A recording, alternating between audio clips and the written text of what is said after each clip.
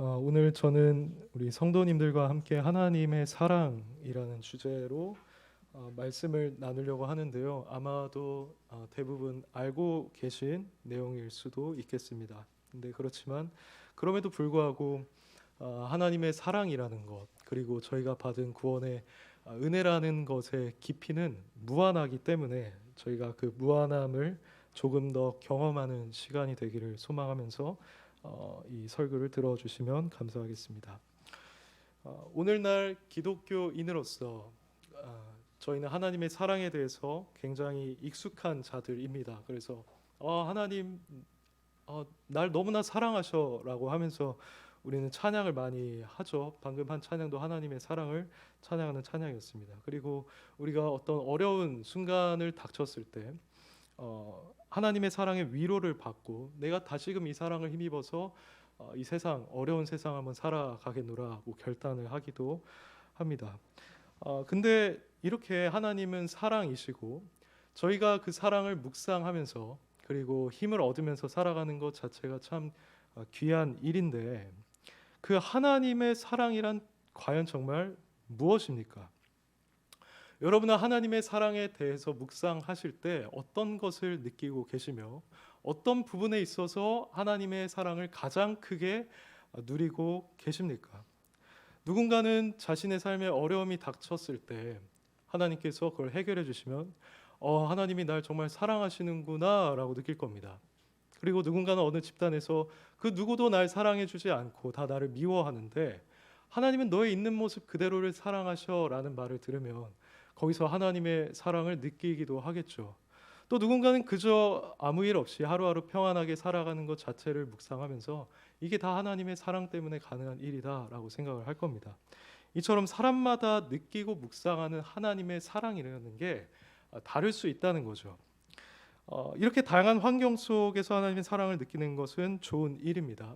근데 제가 오늘 여러분들께 드리고 싶은 말은 우리가 단순히 하나님의 사랑이라는 것을 단순히 우리가 살고 있는 이 현실 세상과 관련해서만 그리고 여러분들이 살아가고 있는 그 일상생활과 관련해서만 느끼고 있다라고 한다면 우리는 이 성경에서 말하고 있는 그 하나님의 사랑에 대해서 사실 제대로 이해하지 못하고 있는 것이라 할 수 있을 겁니다.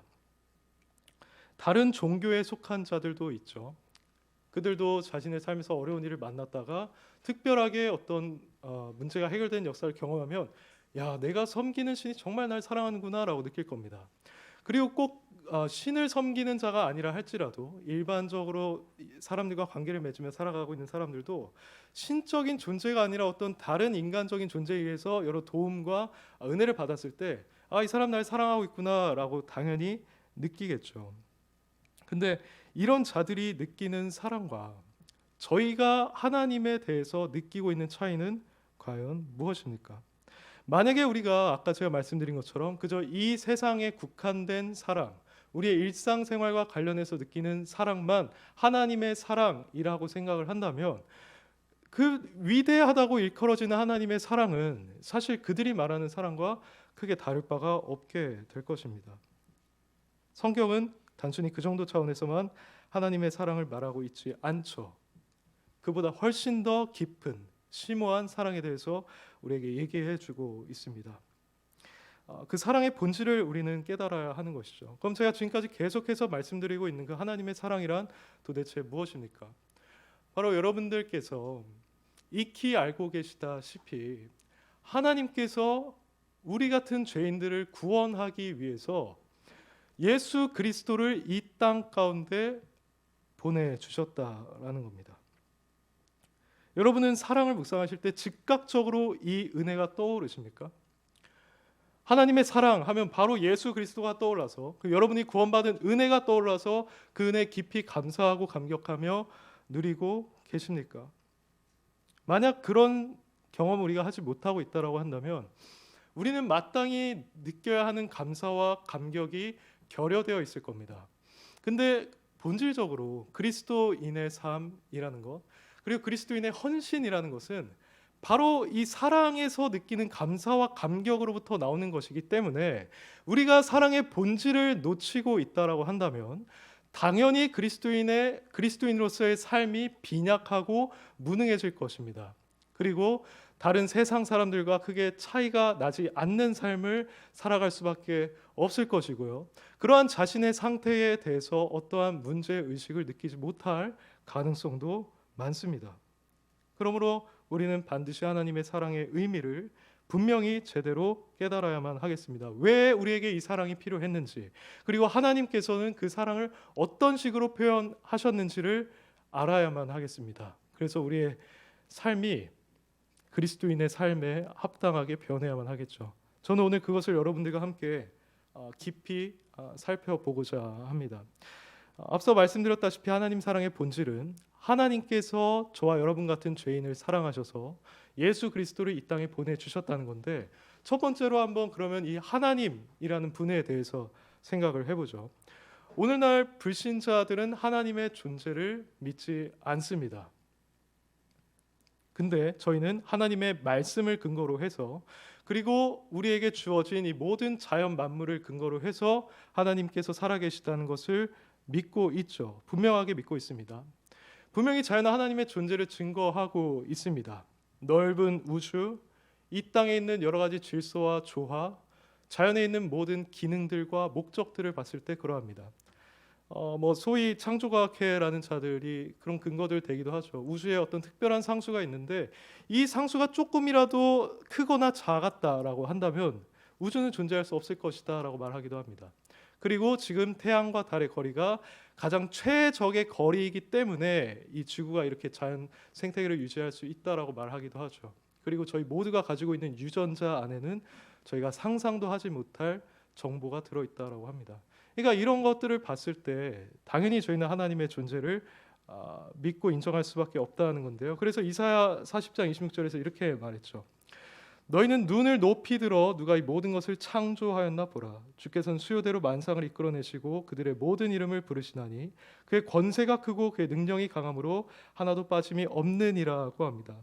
여기서 분명히 이사야가 말하고 있죠. 우리가 눈을 들어서 하늘, 그러니까 이 모든 자연 만물을 바라보면은 하나님께서 정말 존재하고 계시고 그분께서 이 땅을, 이 모든 세계를 창조하셨다는 것을 알게 될 것이기 때문에 너희들의 눈을 들어서 한번 봐라, 이렇게 얘기를 하고 있는 겁니다. 사도행전을 한번 같이 보겠습니다. 사도행전 17장입니다. 17장 24절에서 27절을 한번 같이 보겠습니다. 사도행전 17장 24절에서 27절입니다. 제가 읽어보겠습니다. 우주와 그 가운데 있는 만물을 지으신 하나님께서는 천지의 주재시니 손으로 지은 전에 계시지 아니하시고 또 무엇이 부족한 것처럼 사람의 손으로 섬김을 받으시는 것이 아니니 이는 만민에게 생명과 호흡과 만물을 친히 주시는 이심이라. 인류의 모든 족속을 한 혈통으로 만드사 온 땅에 살게 하시고 그들의 연대를 정하시며 거주의 경계를 한정하셨으니 이는 사람으로 혹 하나님을 더듬어 찾아 발견하게 하려 하심이로되 그는 우리 각 사람에게서 멀리 계시지 아니하도다라고 합니다. 여기서 말하고 있죠. 하나님께서는 기본적으로 만물을 지으신 분이고 천지의 주재시다라고 합니다. 그리고 25절에서 보시는 것처럼 만민에게 생명과 호흡과 만물을 친히 주시는 분이다라고 하죠. 그리고 26절에선 인류 모든 족속을 한 혈통으로 만드셔서 온 땅에 살게 하셨고 그들의 연대와 거주의 경계를 정하셨다라고 말합니다. 그런데 이렇게 자연 만물을 만드시고 생명과 호흡을 그곳에 주신 것, 그리고 그곳에 질서를 부여하신 목적이 바로 27절에서 말하는 것처럼 사람으로 하여금 창조주 하나님을 찾게 하기 위함이었다라고 합니다. 이렇게 봤을 때 하나님은 우리에게서 결코 멀리 있는 분이 아니다라고 얘기를 하죠. 즉 결국 우리는 이 자연을 통해서 충분히 하나님의 존재, 그분이 정말로 살아계셔서 이 땅을 지금도 다스리고 계시다라는 것을 얼마든지 확신할 수 있다는 말입니다. 그럼 이렇게 하나님께서 실제로 존재하신다라고 한다면 그 하나님은 어떤 존재이십니까? 오늘날 저희는 하나님에 대해 그리고 예수 그리스도에 대해서 굉장히 친숙하게 생각하는 경향이 있는 것 같습니다. 예를 들면 뭐 여러분들이 핸드폰을 하시다 보면 SNS 같은데 예수님과 뭐 걷고 있는 사람의 모습, 예수님이 그 사람을 안아주며 위로하시는 모습, 뭐 좋은 풍경을 함께 보고 있다든지, 뭐 심지어 전 그런 것도 봤습니다. 예수님과 함께 치킨을 드시고 계신다든지, 이런 것들이 많이 있습니다. 근데 이런 것들만 저희가 만약에 접한다라고 한다면 하나님에 대해 그리고 예수 그리스도에 대해 상당히 왜곡된 인식을 가질 가능성이 높습니다. 예수님께서는 실제로 인간의 몸을 입고 오신 거 맞습니다. 그리고 그 사람들이 그렇게 표현한 것처럼 저희들과 동행해 주시는 분이 맞죠. 기쁠 때, 슬플 때, 어떤 때든지 함께 하시고 우리 위로해 주시는 분이 맞습니다. 그렇지만 성경만 제쳐두고 그런 이미지를 접하고 그것으로 우리가 하나님에 대해, 예수님에 대해 생각하게 된다면 그 삼위일체 하나님께서 가지고 계시는 영광, 위엄, 초월성, 그분의 만유의 주 되심 등의 속성들에 대해서는 우리가 잊고 살 위험이 있다라는 겁니다. 그럼 성경에서는 하나님에 대해서 과연 무엇이라고 얘기를 하고 있습니까? 그분은 물론 우리를 가까이 하시는 분이고 친밀히 하시는 분이고 사랑을 베푸시는 분이 맞기는 하지만 동시에 우리가 결코 상상도 할 수 없는 권세와 위엄과 능력과 주권을 갖고 있는 분으로 묘사가 되고 있습니다. 한번 얘기를 해볼까요? 먼저 출애굽기에서 등장하는 하나님의 모습을 보시면 하나님께서는 이렇게 말씀하시죠. 나는 스스로 있는 자다라고 합니다. 그러니까 그분은 어떤 다른 존재 근원으로부터 나오신 분이 아니라 스스로가 그 존재의 근원자라는 말이라는 거죠. 그분은 초월적이고 독립적이고 무조건적인 존재라는 말입니다. 그리고 그분께 온 세계가 속했다라고 얘기를 하고 모든 생명의 하나님이라고 말을 합니다. 그분은 신 중의 신이요 주 중의 주시라고 얘기를 합니다. 그리고 크고 능하고 두려우신 하나님이다라고 얘기를 하죠. 또 나아가서 그분은 죽이기도 하시고 살리기도 하시고 상하기도 하시고 낮게도 하시고 높이기도 하시고 낮추기도 하시고 부하기도 하시고 가난하게도 하시는 우리 삶의 모든 것을 다 다스리는 주권자다라고 얘기를 하고 있습니다. 그분이 낮과 밤을 만드셨고요. 빛과 해를 마련해 주셨고 여름과 겨울을 이렇게 지나가게 해주고 계십니다. 그분에게 있어서 천년이라는 것은 한순간 같을 뿐이고 지난 한 밤과 같을 뿐입니다. 심지어 더 나아가서 그분에게 있어서 온 열방이라고 하는 것은 마치 한 통의 물과 같고 그렇기 때문에 열방이라든지 이곳에 있는 우리 인간이라고 하는 존재는 그분 앞에서 아무것도 아니다라고 합니다.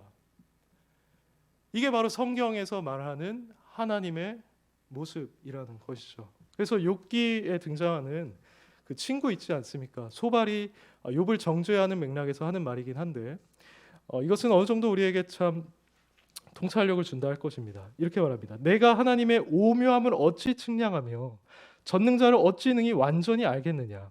하늘보다 높으시니 내가 무엇을 하겠으며 수월보다 깊으시니 내가 어찌 알겠느냐?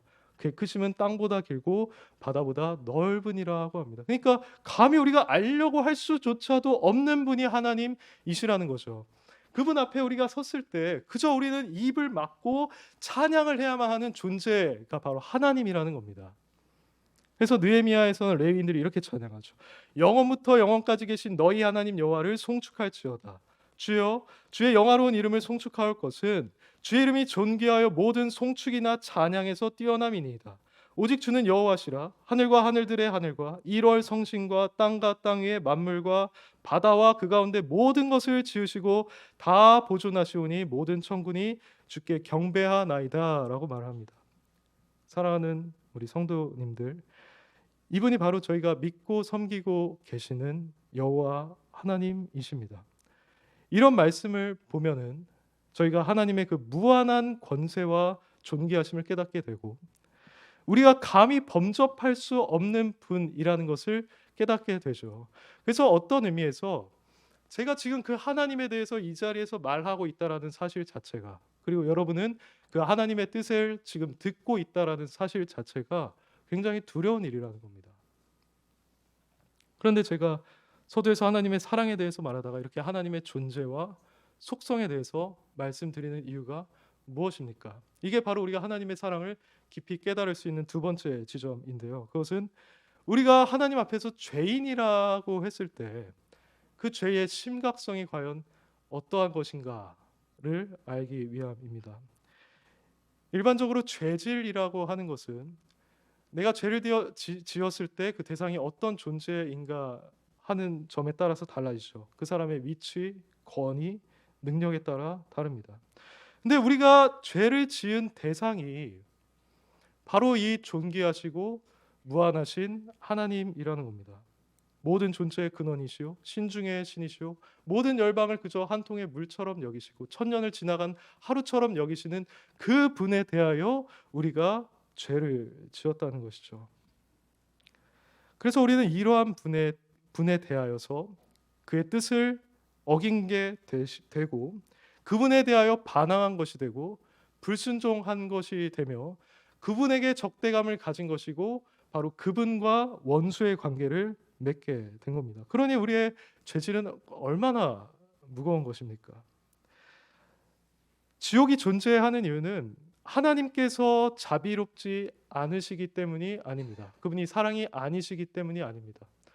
오히려 그 하나님께서 지니고 계신 권세와 존귀함이 무한하기 때문이고 이에 따라서 우리의 죄값이 무한하기 때문에 지옥이라는 것이 존재하고 있는 것이죠.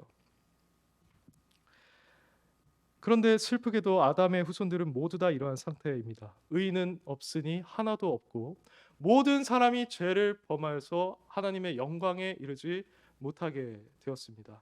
근데 그 가운데는 저와 여러분들도 너무나 분명하게 포함이 되어 있죠. 왜냐하면 우리 또한 이 육신을 가지고 있는 아담의 후손이기 때문입니다. 여러분 가운데 그렇게 생각하는 분 계십니까? 왜 하나님은 그럼 선악과라는 것을 만들어서 결국에 모든 사람이 이렇게 정죄 가운데 처하게 만드셨는가? 그런 생각하는 분이 계십니까? 그것에 대해서는 저희가 알 수 없습니다. 다만 확실한 것은 무엇인가 하면 그것은 하나님의 무한한 지혜와 선하신 뜻과 자신의 영광을 위해서 이루셨다라는 것이고 또 하나 확실한 것은 하나님께서 왜 그렇게 했는지 알 수는 없지만 우리는 분명하게 죄인인 상태로서 그분 앞에 서 있다라는 겁니다. 그것만은 확실합니다. 죄인이 아니었다면 우리에겐 죽음도 없었을 겁니다. 하지만 모두 다 죽죠. 통계 자료에 따르면 한국에서는 매일마다 800명이 죽고 있다고 합니다. 제가 신대원 다닐 때 1, 2, 3학년 다 합치면 한 250명 정도 됐던 것 같은데요. 저는 꽤 많다고 느꼈거든요. 그 강당에 있는 그 전도사님들이요.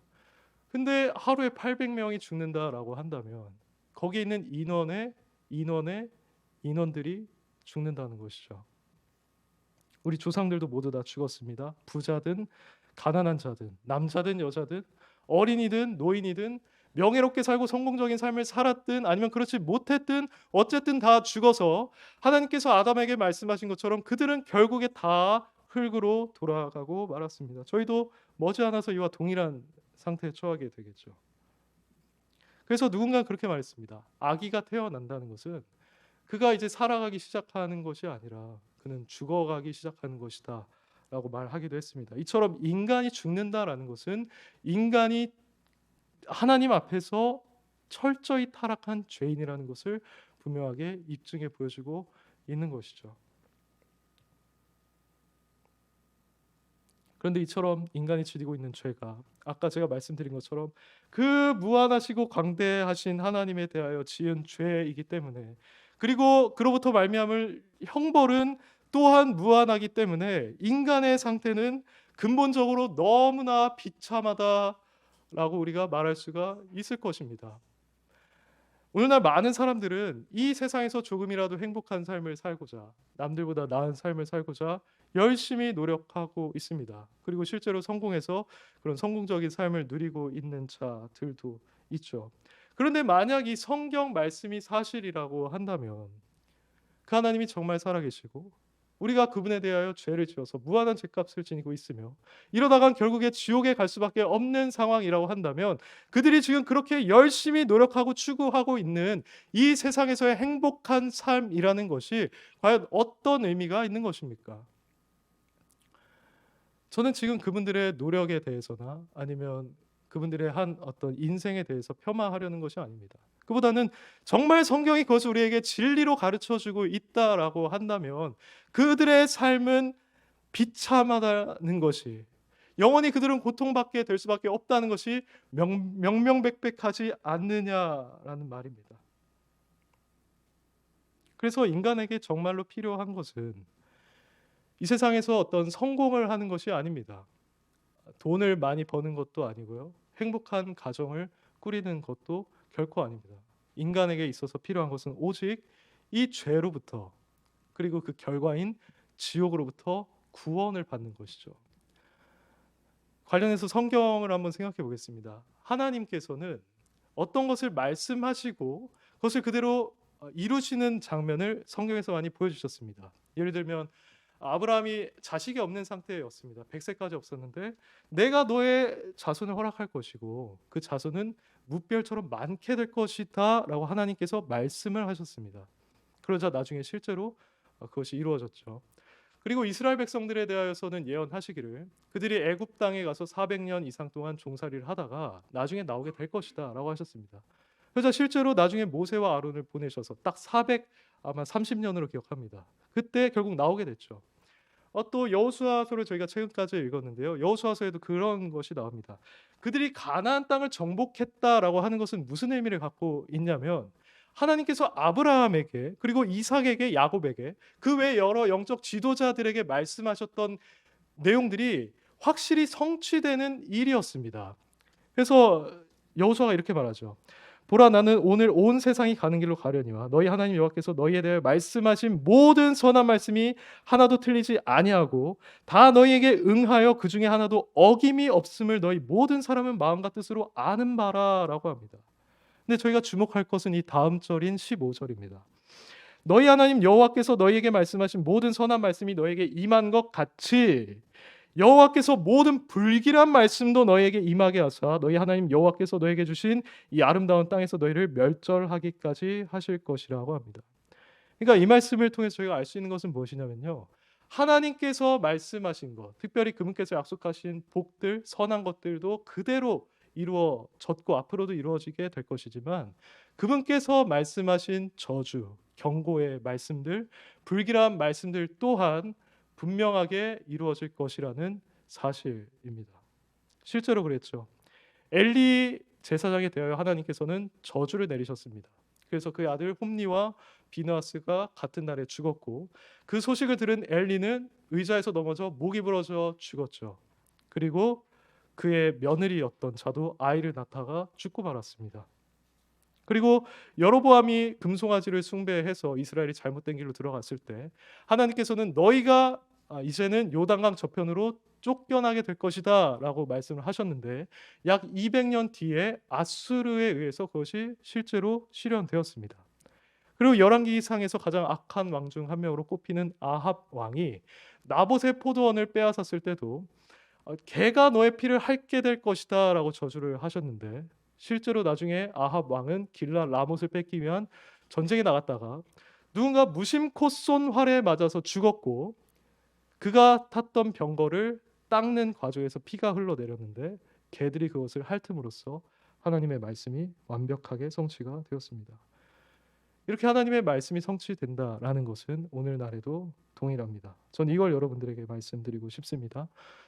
하나님께서 말씀하신 것 그리고 예수 그리스도께서 말씀하신 것은 모두 다 완벽하게 이루어질 것입니다.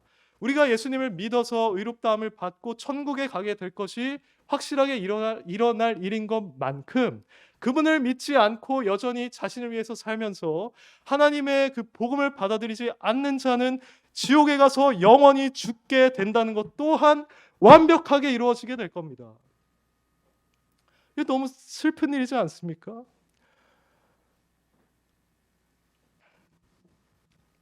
그곳은 구더기도 죽지 않는다라고 하고 불도 꺼지지 않는다라고 합니다. 불로써 소금을 치듯함을 받을 것이라고 합니다.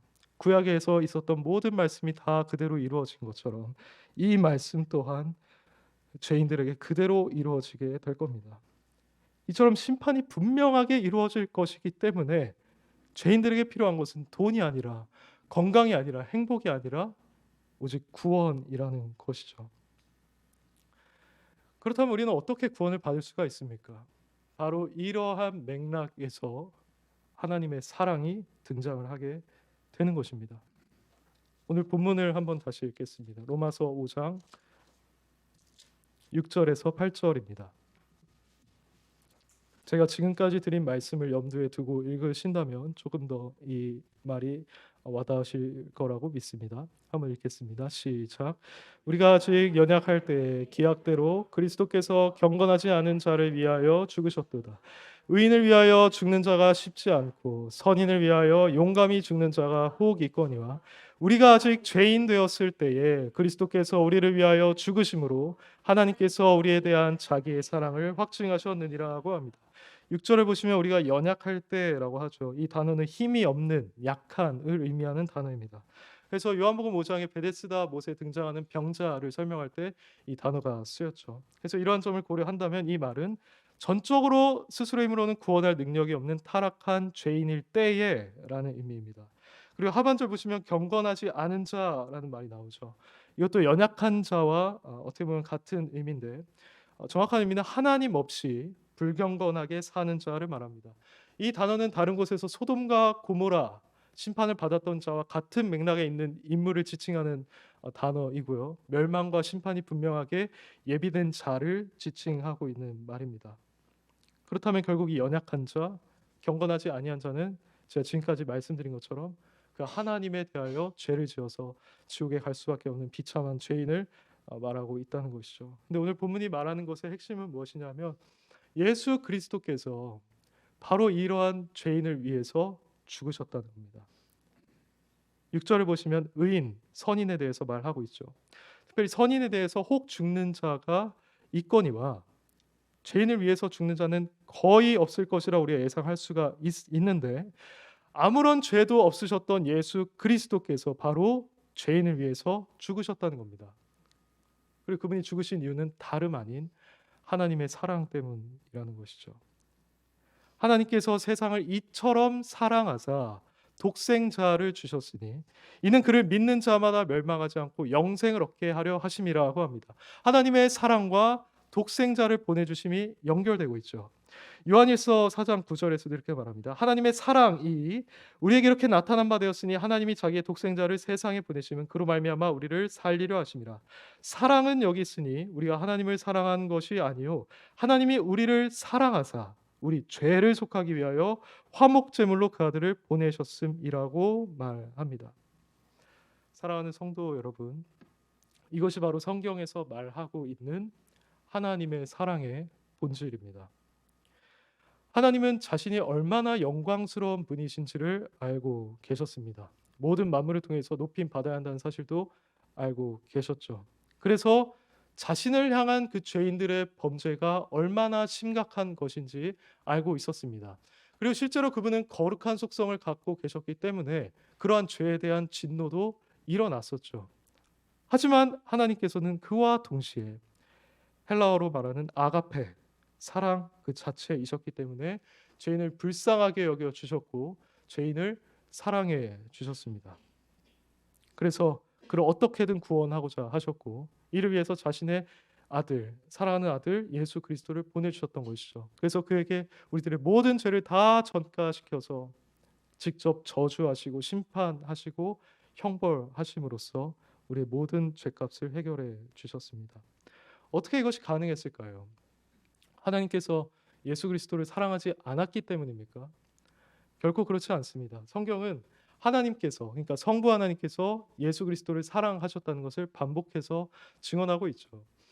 예수님이 세례를 받으실 때 하늘에서 음성이 나기를 이는 내 사랑하는 아들이요 내 기뻐하는 자라고 했습니다. 동일한 말이 변화산 사건 때도 들렸는데요. 베드로와 야고보와 요한이 있을 때 하나님께서 말씀하신 것이 이는 내 사랑하는 자요 내 기뻐하는 자라고 하시면서 너희는 그의 말을 들으라고 하셨습니다. 예수님께서도 이렇게 스스로 말씀하셨어요. 아버지께서 창세 전부터 나를 사랑하심으로 내게 주신 나의 영광을 그들도 보게 하기를 원합니다라고 했습니다. 이처럼 성부 하나님께서 예수 그리스도를 사랑하셨다라는 것은 너무나도 분명하고 확실한 사실입니다. 성부, 성자, 성령으로 계시는 그 삼위일체 하나님께서는 영원 전부터 존재하셨고 그 가운데서 서로 사랑의 관계를 완벽하게 이루고 계셨습니다. 근데 그럼에도 불구하고 그 성부 하나님께서 성자를 우리를 위해서 내어 주셨다라는 것이죠. 여기서 우리는 놀라운 사랑을 발견합니다. 일반적으로 아버지라는 존재는 아들을 사랑할 수밖에 없죠. 심지어 그 아들이 아무리 말을 듣지 않고, 물론 제가 자식은 없습니다만 원수처럼 여긴다 하여도 그를 사랑합니다. 그렇게 알고 있습니다. 근데 그런 모습을 보였던 자가 바로 다윗이었죠. 다윗은 압살롬이 자신을 반역하고 자신을 죽이려고 하고 심지어 그 후궁들과 동침하는 아주 추악한 짓을 저질렀음에도 불구하고 그를 사랑했습니다. 그래서 이제 어떻게 보면 결정적인 전투에 나갈 때 그렇게 말했죠. 병사들한테 너희는 그 젊은 압살롬을 잘 대해달라, 너그러이 대하라고 했습니다. 근데 실제로 압살롬이 죽자 다윗은 그것을 알고 내 아들아, 내 아들아, 내가 차라리 너를 대신하여 죽었다면 내 아들아, 내 아들아 하면서 울었습니다.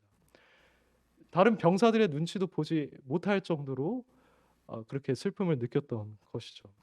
그런데 하나님께서는 영원 전부터 그렇게 사랑하셨고, 그리고 그 예수님께서도 하나님에 대하여 완벽한 순종을 하시는 너무나 귀한 아들의 존재이셨음에도 불구하고 하나님은 그분을 우리를 위해서 기꺼이 내어 주셨다는 겁니다. 하나님께서 예수 그리스도를 우리를 위해서 주셨을 때, 그리고 직접 화목제물로 삼으셨을 때 그분의 마음이 과연 어떠했을까 하는 것은 인간적인 생각으로 추론하기는 불가능할 것 같습니다. 어쩌면 이삭을 바치려고 했던 아브라함의 마음이었을 수도 있고, 아니면 내 아들아, 내 아들아라고 하면서 울었던 다윗의 마음이었을 수도 있겠죠. 그렇지만 하나님께서 그런 일을 여기 있는 저와 여러분에게 알려주심으로써 우리에게 확실히 알게 하신 것은 바로 그분이 그만큼 저와 여러분 같은 죄인들을 사랑해 주셨다라는 겁니다. 그분은 실로 예수님을 사랑하셨듯이 우리를 사랑해 주셨습니다. 그 사랑을 통해서 우리의 모든 죄가 다 용서함을 받았고 우리는 더 이상 그 두려운 지옥이 아니라 천국에 속한 자가 되었고 영원한 사망이 아니라 영원한 생명을 소유한 자들이 되었죠. 그럼으로써 하나님께서는 우리에 대한 자기의 사랑을 확증하셨다라고 본문이 얘기를 하고 있습니다.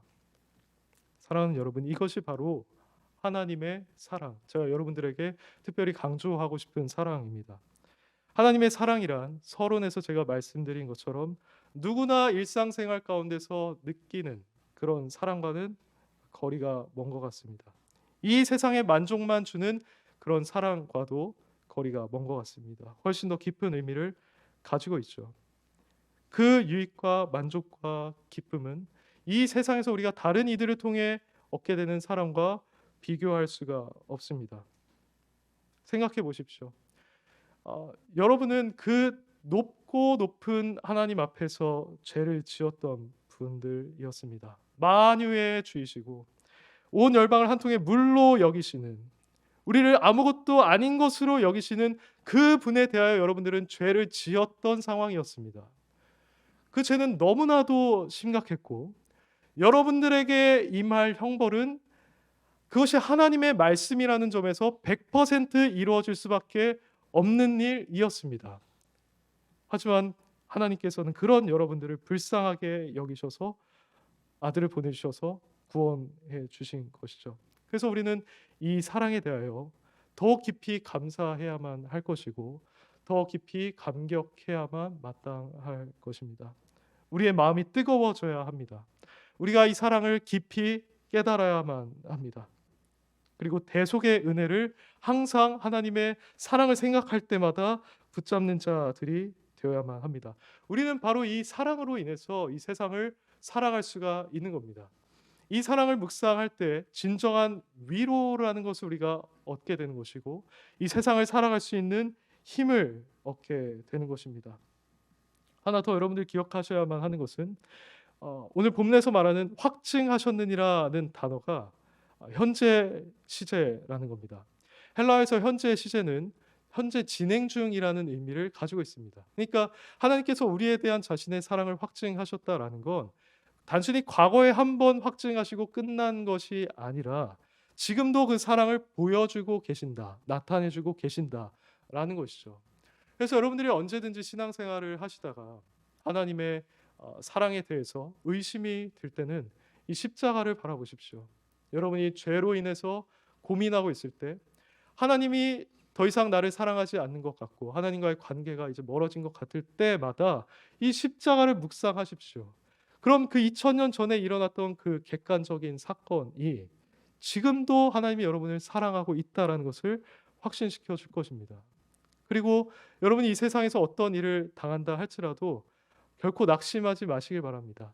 이 자신의 아들을 아끼지 아니하시고 내어 주신 그 분께서 세상 끝날까지 여러분과 함께 하실 것이고요.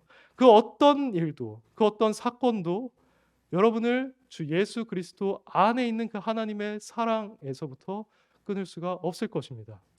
이 사랑 안에서 거하며 그분의 영광 높이며 살아가는 저와 여러분 되기를 진심으로 소망합니다. 마지막으로 아직 이 사랑을 받아들이지 못한 분 계십니까? 아직 이 복음의 은혜가 깨달아지지 않는 분 계십니까? 그렇다고 한다면 지금이라도 예수 그리스도께 나아가시기를 진심으로 바랍니다. 여러분에게 필요한 것은 다른 것이 결코 아닙니다. 여러분에겐 이 하나님의 사랑의 결과인 예수 그리스도만이 필요합니다. 여러분의 모든 힘을 다해서 여러분은 그분을 얻어야 합니다. 그 사랑을 쟁취해야만 합니다. 그 사랑은 결코 우리가 부모 자식 간에 나누는 사랑과 같지 않고 연인 간에 나누는 사랑과 같지 않으며 친구 간에 나누는 사랑과 같지 않습니다. 이만한 사랑은 없다라는 것을 성경에서 우리에게 보여주고 있습니다. 그러니 아직 우리가 살아 있을 때에 숨을 쉬고 우리에게 기회가 있을 때에 예수 그리스도를 믿으십시오. 여러분의 거듭남에 대해서 고민하고 계십니까? 하나님을 찾고 계십니까? 이 사랑 가운데 여러분을 맡기십시오. 이 사랑에 여러분을 던지시고 그분만을 전적으로 신뢰하는 자가 되십시오. 그러면 하나님은 여러분을 기쁨으로 받아주실 겁니다. 여러분은 새로운 피조물이 되어서 그분의 영광을 위해 살아가는 자가 될 수 있을 것입니다. 부디 우리 가운데 이 사랑을 저버리는 자가 한 명도 없기를, 모두가 이 사랑을 누리는 자들 되어서 서로 사랑하는 공동체 되기를 예수님의 이름으로 축원합니다.